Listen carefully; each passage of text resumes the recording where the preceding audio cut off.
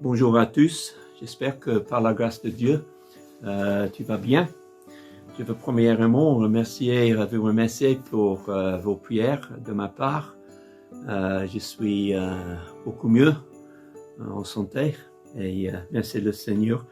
Mais continuez à prier s'il vous plaît et ça sera très très bien. Aujourd'hui, je veux partager avec vous l'histoire des mages qui se trouve dans l'évangile de Matthieu et chapitre 2. L'histoire des mages venus de loin pour adorer celui qui est né roi des Juifs. C'est une histoire, je pense qui est très familière. Pourtant, toujours des merveillements et d'étonnements. Il y a bien sûr les merveillements de l'incarnation, le fait de la venue de notre Seigneur sur terre, sous forme humaine. Mais il y a encore trois autres occasions très émerveillantes. Premièrement, nous avons le zèle des mages, dans la recherche d'un roi né des Juifs, les a obligés à se rendre dans un pays lointain pour adorer, en effet, un roi étranger qui était encore dans les bras de sa mère. Une recherche déclenchée par l'apparition d'une étoile. Ça, c'est la première occasion des merveillements, le zèle des mages. Deuxièmement, la jalousie irrationnelle du roi Hérode le Grand envers un nourrisson né dans un petit village très obscur et sa cruauté astucieuse de tuer tous les nourrissons dans les environs de Bethléem afin d'éliminer la menace d'un enfant pour sa royauté. La troisième chose, c'est la réponse indifférente de toute la ville de Jérusalem. Les mages cherchèrent avec diligence le jeune roi pour lui offrir des cadeaux et pour l'adorer. Hérode le Grand cherche également avec empressement à retrouver l'enfant afin de pouvoir le mettre à mort. Mais la grande majorité de ceux qui vivaient à Jérusalem n'étaient apparemment pas disposés à parcourir que 8 petits kilomètres jusqu'à Bethléem, où ils pourraient trouver leur Messie promis. Je veux poser la question, quelle est notre réponse? Ce sera sans aucun doute comme celui des mages, ou bien d'Hérode, ou bien de Jérusalem. Et la façon dont nous répondons a des implications éternelles, certainement spirituelles. Alors, les trois réponses. Premièrement, la réponse des mages. Le récit de Matthieu sur les mages est enveloppé d'un mystère. Une grande partie de ce qui est dit est en fait de la spéculation. Nous ne sommes pas certains de la signification précise de la terme magi. Nous ne savons pas non plus d'où de l'Est ils sont venus.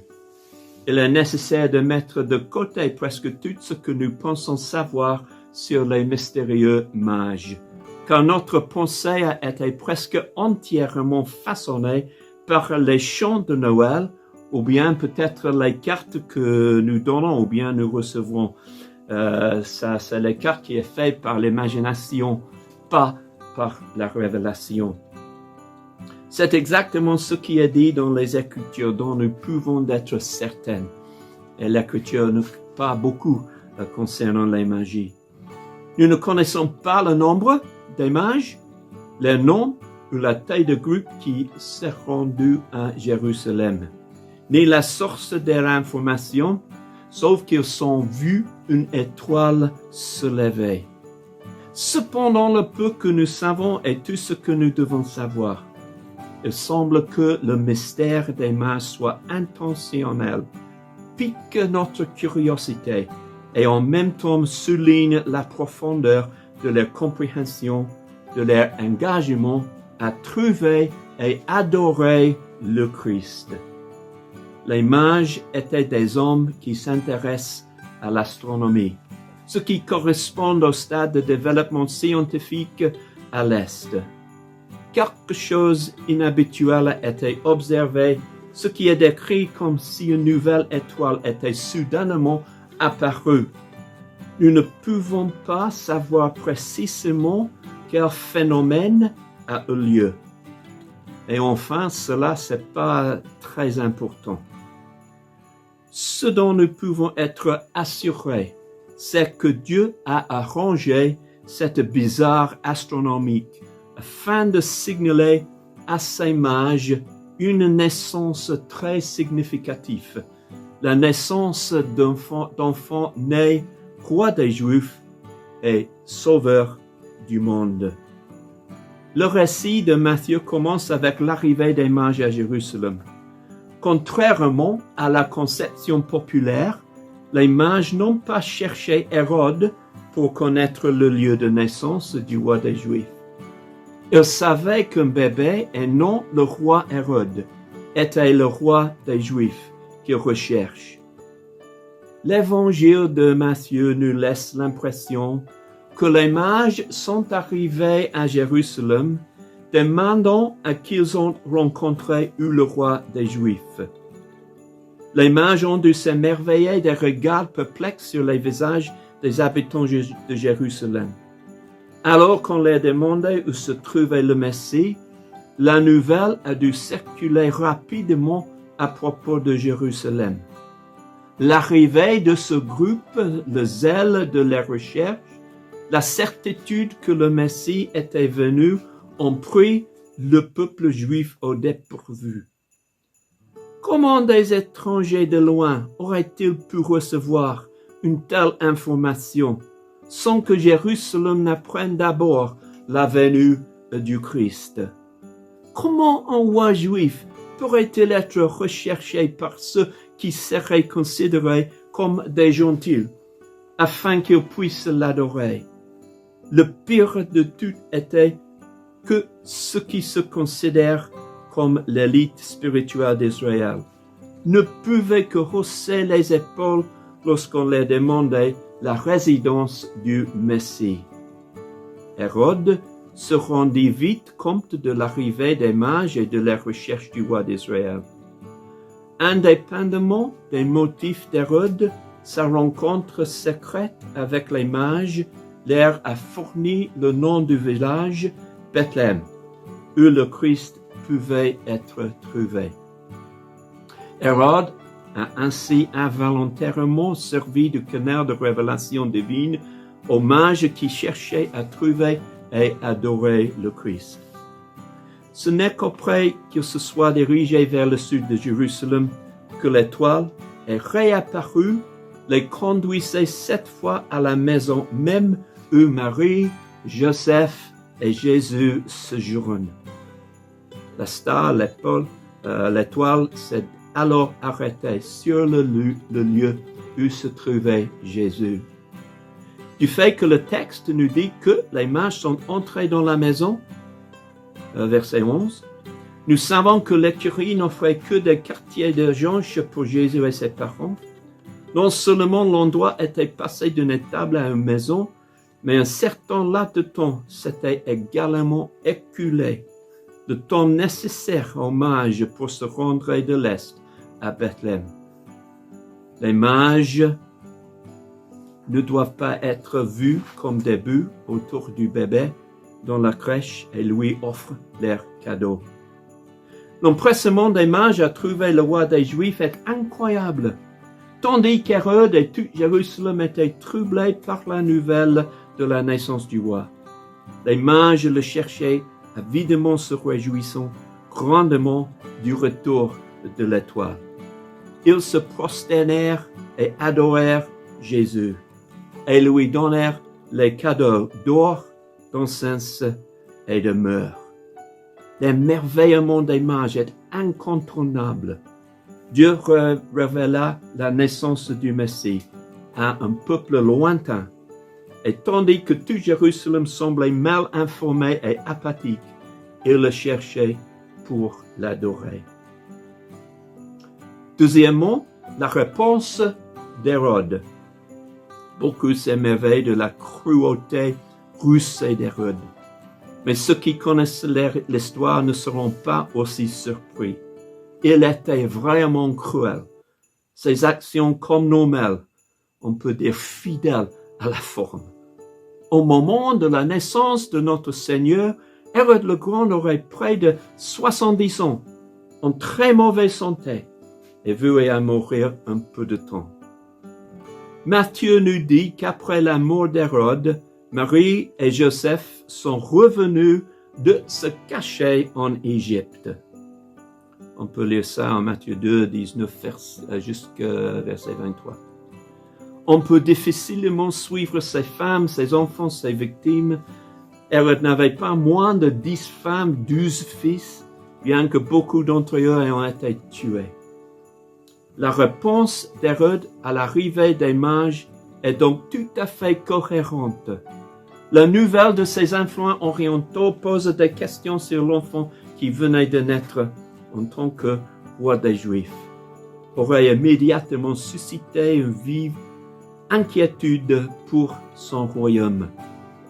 Si la réputation d'Hérode était connue en Orient, ce qui était probablement le cas, il n'est pas étonnant que les mages ayant évité le palais d'Hérode dans la recherche du roi des Juifs. Il n'a pas fallu longtemps cependant avant les rapports parvinrent aux oreilles d'Hérode. Il semble qu'il n'y ait jamais eu de questions sur ce que voulait Hérode faire. L'enquête d'Hérode, d'abord auprès des grands prêtres, des docteurs de la loi, puis auprès des mages, ne pourrait sur que 2 questions: le lieu et l'heure de la naissance du roi enfant. Le massacre des enfants de Bethléem, Matthieu chapitre 2, 16 à 18, est vraiment terrible, mais pas surprenant.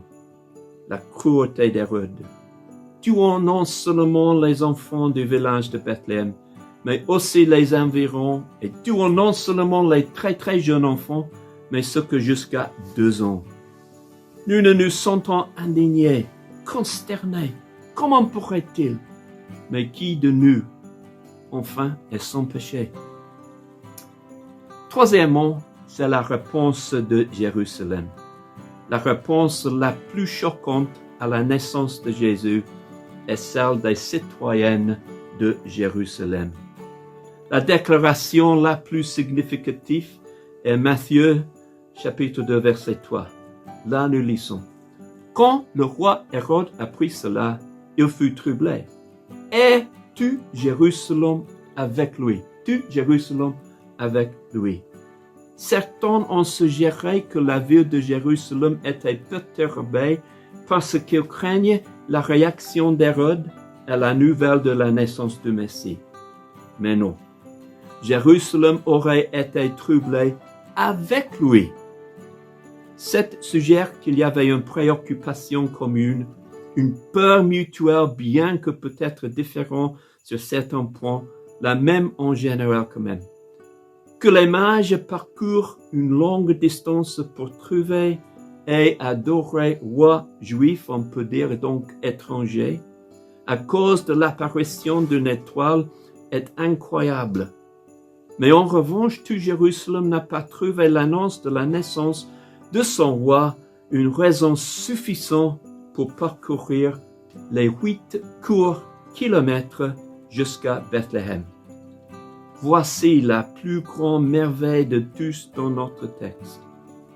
L'arrivée des mages avec leur annonce de l'apparition de l'étoile et de la naissance du roi des Juifs n'aurait guère pu surprendre la ville. Jérusalem était le site du temple qui contenait et communiquait les prophéties de l'Ancien Testament, prédisant la naissance du Messie.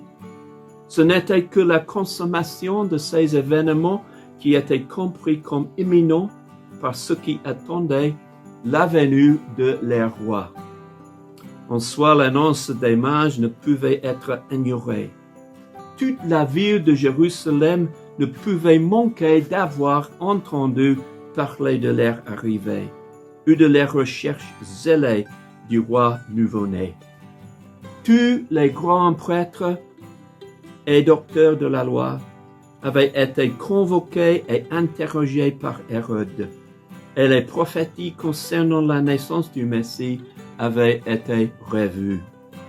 Matthieu n'exagère guère lorsqu'il dit que tout Jérusalem a été troublé avec Hérode. C'est une déclaration très troublante. Sur fond de recherche assidue de Messie par les mages, il y a le mépris apathique de l'ensemble de Jérusalem. L'apathie de Jérusalem est beaucoup plus difficile à comprendre que l'anéantissement par Hérode des petits-enfants de Bethléem et des environs. Pourquoi Jérusalem serait-elle si apathique? Permettez-moi de suggérer quelques raisons. Un enfant sans défense pourrait difficilement répondre aux attentes d'Israël d'un puissant Messie qui se débarrasserait des chaînes de Rome et expulserait un fou comme Hérode. L'objet de la visite des mages était très différent du désir de la population de Jérusalem. Les mages sont venus donner au Messie leurs trésors terrestres et leurs cultes. Ils sont venus vers celui qui les sauverait les péchés. Israël cependant voulait un Messie qui leur donnerait la liberté politique et le pouvoir. Un bébé dans une crèche pouvait difficilement répondre aux attentes d'Israël, n'est-ce pas? Pour dire les choses clairement, le bébé dans la crèche avait peu à offrir les citoyennes de Jérusalem. Et de plus, Jérusalem au temps de la naissance de notre Seigneur, je peux dire comme aujourd'hui même, était remplie d'incrédulité et ne voulait donc pas le chercher ou l'adorer. Je me souviens de la description de Paul de tous les gens, y compris les Juifs, se trouve en Romains chapitre 3, versets 10 à 11. Il n'y a personne de juste, pas même un seul. Il n'y a personne qui comprenne, personne qui cherche Dieu. Les Juifs incroyants sont comme tous les incroyants. Ils refusent de chercher Dieu ou de l'adorer. Être juif n'incline pas plus à reconnaître le salut de Dieu que d'être élevé dans un foyer chrétien. La proximité de la vérité ne suffit pas. En définitive, ce sont ceux à qui Dieu choisit de se révéler qui viennent à lui. On peut faire par exemple une comparaison en Matthieu chapitre 11 verset 27, Jean 8 verset 42 jusqu'à 47, et bien chapitre 10 aussi 22 suivant. Aussi n'est-il pas choquant de se rappeler que lorsque notre Seigneur se présente publiquement à la nation, quelques 30 ans plus tard, accompagné de signes et des miracles, des choses merveilleuses, les Juifs ont échoué, en tant que nation, à l'accepter comme le roi. Et c'est à Jérusalem que Jésus a finalement été crucifié. Remarquable, n'est-ce pas? Voilà les trois réponses des mages, d'Hérode et de Jérusalem. Caractérisent les réponses des gens au Messie qui est venu racheter les pécheurs des jeux et de régner sur toute la terre comme roi. Tout au long de l'histoire, il y a toujours eu ceux qui, comme les mages, ont cherché le Messie de Dieu et l'ont trouvé. Souvent, ils n'ont pas été ceux qui nous seraient attendus à trouver l'adoration de Christ. Mais cela a toujours été la manière de Dieu, attirer certains de loin, que cette distance soit géographique, raciale ou bien culturelle, pour simplement adorer le Christ. Nous, qui sommes gentils, devrions avoir une place très spéciale dans nos cœurs pour les mages, car nous sommes à bien des égards comme eux. Car comme le dit l'apôtre Paul dans Ephésiens 2, versets 11 à 13, c'est pourquoi souvenez-vous qu'autrefois, vous qui êtes des gentils de naissance, souvenez-vous qu'à une fois vous étiez séparés de Christ, exclus de la citoyenneté en Israël et étrangers aux alliances de la promesse, sans espérance et sans Dieu dans le monde. Mais maintenant, en Jésus-Christ, vous qui étiez autrefois loin, ont été rapprochés par le sang de Christ. Amen. Ensuite, il y a aussi ceux comme Hérode, qui prennent au sérieux les prétentions de Jésus, mais qui, pour des raisons égoïstes, cherchent activement à se débarrasser de son règne souverain. Heureusement, rares sont ceux qui ont été aussi agressifs qu'Hérode. On résiste au règne de Christ. Enfin, il y a ceux comme la grande majorité de ceux qui habitent Jérusalem, qui sont si apathiques aux prétentions de Christ, qu'ils ne se donneront pas la peine de faire le minimum d'efforts requis pour répondre au fait qu'il est venu. En ce dimanche après Noël, des millions de personnes ne feront pas l'effort de parcourir même 1 kilomètre ou 2 jusqu'à une église où ils pourraient adorer le Christ qui est venu nous sauver de notre péché. À Romorantin, comme à Jérusalem, ce n'est pas parce qu'on ne leur a pas parlé de sa venue et de ses prétentions, mais simplement que les gens ne se soucient pas vraiment de se donner la peine de lui répondre. L'apathie de Jérusalem peut être plus acceptable socialement que les atrocités d'hommes comme Hérode et des autres. Mais c'est à certains égards quand même plus abominable. Au moins, ceux qui ont commis des atrocités contre notre Seigneur et son peuple ont pris au sérieux les prétentions de Christ. Mais l'apathie et l'indifférence ne restent pas. La ville qui se moquait bien de la naissance de son roi l'a fait, mais 30 ans plus tard, à la manière d'Hérode, elle a cherché la mort de Jésus-Christ. Plutôt que de se repentir de leurs péchés, de le recevoir comme Messie, cette ville s'écria « Crucifiez-le, crucifiez-le ». L'apathie a sa façon de se transformer en animosité. Ceux qui au début ignorent le Christ qui est venu finiront par tenter d'éradiquer le monde de lui et de son règne.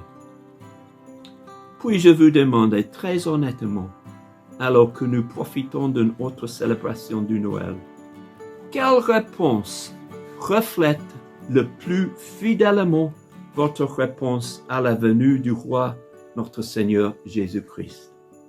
Beaucoup d'entre nous, je crois bien, aujourd'hui, sont comme les mages. Vous adorez Christ pour qu'il est votre roi, votre Seigneur, votre Sauveur. Je doute qu'il y a parmi nous des Hérodes aujourd'hui, car il essaie probablement de brûler le bâtiment de l'Église, c'est tout, mais rejeter délibérément Christ pour des raisons égoïstes.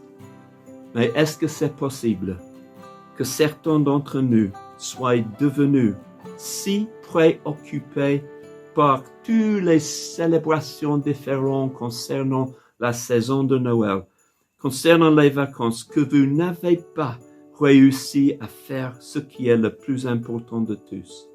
Cherchez et adorez Jésus-Christ. Vous êtes devenus apathiques, indifférents au Seigneur Jésus-Christ. Apprenez de l'apathie et de l'indifférence de la ville de Jérusalem. Si c'est nécessaire, repentez-vous de ces péchés. Recevez Jésus comme votre Sauveur. Adorez Jésus-Christ qui est né au Bethléem pour qu'il puisse être le Sauveur et le Seigneur de nous tous. Bon, on va terminer avec une petite prière. Nous prions. Merci Seigneur pour ton amour et pour ta grâce. Merci Seigneur pour la parole. Aide-nous de bien comprendre.